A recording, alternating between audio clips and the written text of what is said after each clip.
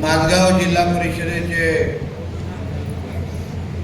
आमचे महायुतीचे उमेदवार सन्मान्य विक्रांत सावंत, माझगाव जिल्हा पंचायत समितीचे आमचे महायुतीचे उमेदवार सन्मान्य रुपेश राजेंद्र बिर्जेजी, चराडेच्या आमच्या पंचायत समितीचे उमेदवार उत्कर्ष गावकर मॅडम यांच्या प्रचाराच्या निमित्ताने उपस्थित असलेले महाराष्ट्र राज्याचे माजी मंत्री, माजी पालकमंत्री, शिवसेनेचे नेते, या भागाचे लोकप्रिय आणि ज्येष्ठ आमदार सन्मान्य दीपक केसरकर साहेब, जिल्हा बँकेचे अध्यक्ष सन्मान्य मनीष दळवेजी, माजी जिल्हा परिषद अध्यक्ष सौ रेश्मा सावंत मॅडम, माजी सभापती सन्मान्य अशोक दळवेजी, सन्मान्य श्याम कासरजी, मंचावर उपस्थित असलेले सर्व प्रमुख मान्यवर, उपस्थित असलेले भारतीय जनता पक्ष,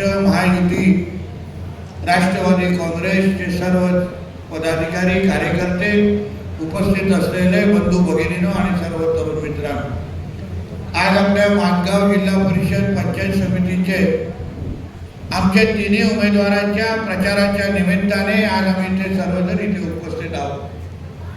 तसं म्हटलं तर 2 तासच आहेत आणि आम्हाला 3 सभा करायच्या आहेत. आणि मी येतानाच मी मनीषजींना सांगितलं की आपल्याला विक्रांतकडे जायची काय गरज आहे, डायरेक्ट 9 तारखेला फटाके फोडण्यासाठी जाऊ. आपण उगाच जाऊन ते सगळं जिंकल्याच जमा आहे सगळा कार्यक्रम, आणि मग उगाच गेल्यानंतर भाषण करण्यापेक्षा डायरेक्ट 9 तारखेला आलो असतो तरी पण काय हरकत नाही. तसं ही निवडणूक किंवा ही सीट तशी बिनविरोधच होणार होती. आमच्या समोर शिंदे साहेबांच्या किंवा एक शिंदे सेनेच्या आमच्या सहकार्याने भरलं होतं, तो मागे घेणार होता. आणि हा जो काय उभा आहे उभाटाच्या नावाने, हाही मागे घेणार होता. पण आमच्यातल्या लोकांनी काही काड्या घातल्या आणि म्हणून तो प्रॉब्लेम झालेला आहे. नाहीतर ही बिनविरोधवालीच सीट होती आमची, त्याच्यात काय त्रास करण्याचं काही कारण नव्हतं. पण शेवटी काय, विक्रांत निवडून आल्यानंतर खूप लोकांची झोप उडेल आणि म्हणून काय 15 दिवसाचा त्रास देण्याचा ठरवलेला आहे. आता तुम्ही पुढच्या समोरचा जो काही उभाटावाला आहे त्याला किती 3 दिवस इज्जत द्यायची एवढं तुम्ही ठरवा, एवढं सगळं ऐकलं. पण ही निवडणूक जसं आमच्या अगोदर मनीषजीने आणि केसरकर साहेबांनी सांगितलं, या मतदारसंघाला एक परंपरा आहे. आमच्या म्हणजे विकास सावंत साहेब पासून भाई सावंत साहेब असं करत करत आमच्या रेश्माताईंपर्यंत या मतदारसंघाला नेहमी विकासाच्या दृष्टिकोनातून अग्रेसर राहिलेला हा आमचा माझगाव मतदारसंघ आहे.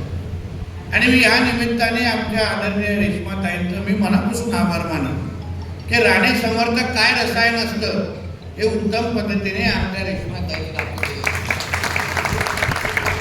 म्हणून राणे साहेबांच्या नेतृत्वाखाली ही निवडणूक लढवली जाते. आणि आमच्या दादांना कुठल्याही पद्धतीचा त्रास नको, आणि म्हणून त्यांनी दिलेला कुठलाही उमेदवार आम्ही त्याच ताकदीने आणि मीच उमेदवार असेल असे मी निवडून आणणार, अशा पद्धतीने आमच्या रेश्माताई काम करतायत. आणि विक्रांत सुद्धा प्रचार तशी करण्याची गरज नाही, कारण का 90% मॅच ही आमच्या रेश्माताईंनी जिंकलेली आहे. तुला फक्त बॅटवरती करायची आहे. बरोबर, मला त्यांची जिल्हा परिषदची कारकीर्द चांगल्या पद्धतीने आठवते. अतिशय चांगल्या पद्धतीने काम रेश्माताईंनी तेव्हा जिल्हा परिषद अध्यक्ष म्हणून केले, मी फार जवळून तेव्हा पाहिले. आणि म्हणून ह्या मतदारसंघामध्ये मी आपल्या सगळ्या जणांना इकडचे उपस्थित असलेल्या सगळे सुज्ञ मतदार बंधू भगिनींना मी विश्वास देतो, विक्रांतचा भाऊ म्हणून मी तुम्हाला विश्वास देतो की तुम्ही ह्या मतदारसंघाच्या फक्त येणाऱ्या 7 तारखेला आमच्या विक्रांतला आणि खालती आमच्या दोन्ही पंचायत समितीच्या उमेदवारांना म्हणजे आमच्या रुपेश विजयला आणि उत्कर्ष गावकरांना फक्त तुम्ही 7 तारखेला मतदान करा.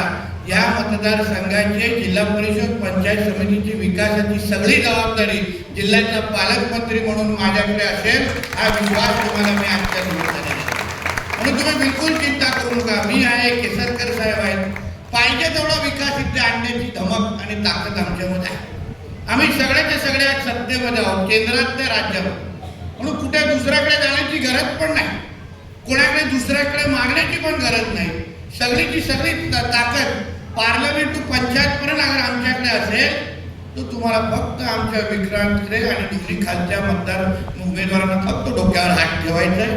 मतदार म्हणून फक्त तुम्ही 7 तारखेला मतदान केंद्रापर्यंत जाण्याचा त्रास घ्या आणि पुढची 5 वर्ष तुमची सेवा करण्याची संधी आम्हाला द्या, हा विश्वास तुम्हाला मी आजच्या निमित्ताने देणार. तसे बघा, तशी ही निवडणूक आता एकतर्फी वाटत होत चाललेली आहे. एक पहिले तर अर्ध्या डझन सगळे बिनविरोध झाले आणि मग उरलेले असे धरून पकडून उभे केलेले सगळे लोक आहेत. या लोकांचं काय अस्तित्व, या लोकांना कोण विचारतं? बिचारे उभे राहण्यासाठी हिंमत होत नव्हती. कोणीतरी आमच्यात आला, फोन केला, ते 9 तारखेच्या नंतर विक्रांत मी सांगेन, विक्रांत तसं पिंड नाही, पण आपलं तोंड काय गप्प बसत नाही, आपल्या जीवेला काय हाड नाही म्हणून सगळी माहिती देईल. फक्त तुमची जबाबदारी आहे की तुम्ही आमच्या विक्रांतला छोट्या मार्जिनमध्ये नाही, म्हणजे घासून नाही, ठासून निवडून आला पाहिजे, एवढी जबाबदारी तुम्ही सगळेजण घ्या.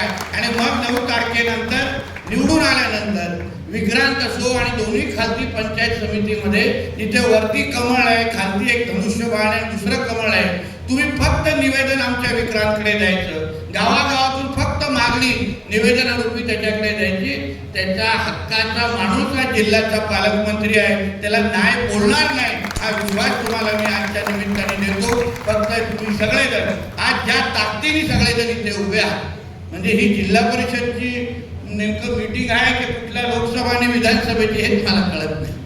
आणि जिल्हा परिषद पंचायत समितीच्या मीटिंग थोड्या छोट्या असतात.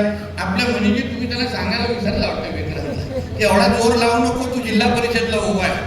चुकून पुढे मागे काय मोठ्या निवडणुकीला उभं राहिलं तर आम्हाला शिवाजी पार्क बुक करायला लागेल. आणि म्हणून या निमित्ताने मी परत एकदा आमच्या विक्रांतला आणि माझ्या दोन्ही उमेदवारांना मी तुमच्याकडून फक्त आशीर्वाद मागतोय.